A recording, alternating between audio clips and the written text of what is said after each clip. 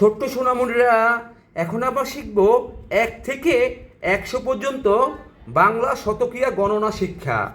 এ হচ্ছে 1, এটা হচ্ছে 2, এটা 3, এটা হচ্ছে 4, 5, 6, 7, 8, 9, 10, 11, 12, 13, 14, 15, 16, 17, 18, 19, 20, 21, 22, 23, 24, 25, 26, 27, 28, 29, 30, 31, 32, 33, 34, 35, 36, 37, 38,